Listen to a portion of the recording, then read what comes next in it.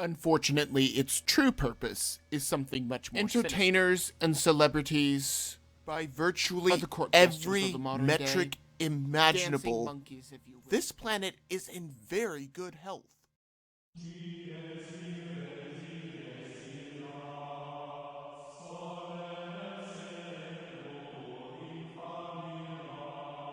Last week, I talked about how an outgoing diplomat has been lying to the president about the number of troops in Syria. President Trump is taking the opportunity to bring our forces home. Thousands of troops will be coming home from Iraq and Afghanistan, with the goal of bringing all of our boys home by spring. Trump has not started any wars, but something tells me that Biden will reverse the order once in office. I have held, since this started 2 decades ago, that we never should have been there. This is the first real move to bring our forces home and to stop being an occupying force. If these countries ask for our help, that is another issue altogether.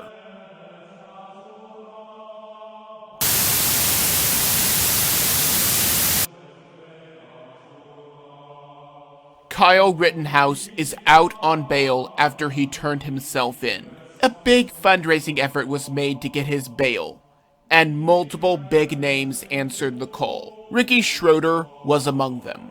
Doubtless Mr. Schroeder will have to answer to the Twitter mob for doing this. However, the same animosity would not happen if the terrorists that burned Kenosha to the ground were bailed out. The defense of the Rittenhouse team is simple. Self-defense with a legal firearm. The media will take this trial and treat the kid just like they did Nick Sandmann. A New York Times op-ed stated that Trump was right to try and keep schools open during the pandemic. Think about this. What demographic is most common in schools? What demographic is most likely to survive the China virus? The answer to both questions is the same. Closing schools is a problem for the same reason that the overall lockdown was a problem. It is vitally important to have social interactions. It also gets children out of homes that may be abusive, if only for a few hours. The problems with lockdowns are far too numerous to list here, but those are two problems with online learning. Since Biden wants to make stronger lockdowns, what will happen if Trump does not win against these fraud suits?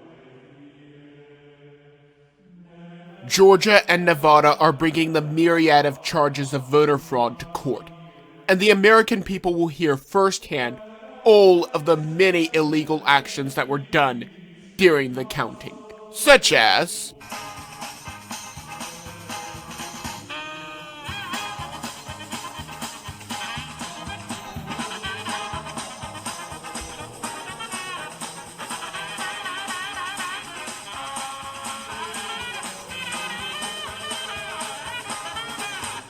similar action is being taken in Wisconsin, Pennsylvania, and several other states. Note that the fake news did not spend this campaign season nearly as worried about the election being stolen. Last time they had to scare people into not voting for Trump. This time, however, the Democrats had a plan. Here is a little riddle for you guys. What does George Floyd have to do with the Holocaust? Answer, nothing at all. Yet, for some unfathomable reason, this murder has been memorialized in the Holocaust Museum in Florida. This really does lower the overall ineffable nature of the museum. Yes, racism is still an issue in this country, but it has nothing to do with the rest of the museum. It is about systematic racism that was ordered and condoned from the highest level. A racist incident that resulted in people burning down their own city is not related in the slightest. The enemy of my enemy is my friend. as the saying goes. Saudi Arabia and Israel both recognize the threat Iran poses to each other and their neighbors. While no official agreement has been made, both countries have realized that it is in their best interest to stand against a common enemy. I am partially worried about entangling alliances, but with the Abraham Accords as well as goods crossing borders, I think we are in good shape.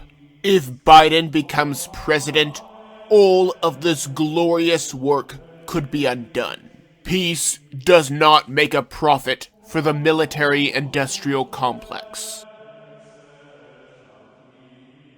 President Trump has given a full presidential pardon to Michael Flynn. There are many other people such as Snowden that should have been pardoned as well, but I digress. Either way, Flynn was trapped by the FBI during the Trump impeachment hoax. The deep state could not get to Trump, but they could take down everyone around him. Secretary of State Mike Pompeo has condemned China, Iran, and North Korea for suppressing religious freedom. I would have added India to the list, but I digress. He has emphasized that the United States leadership will continue to stand for religious liberty. However, I am sure that Biden will be more focused on tolerance than freedom. With that, I would like to introduce you to Congressman Madison Cawthorn. He has been accused of anti-Semitism for having the audacity to share the gospel and trying to bring both Muslims and Jews to Jesus. We have seen people arrested as they were preaching in the street and being attacked by secularists at the same time. If the present route that we are on is not changed, we will see Christian persecution in the United States as well. In case I have not emphasized it enough, if Biden becomes president, things will get very bad. There are many other reasons that I do not have time to get into here.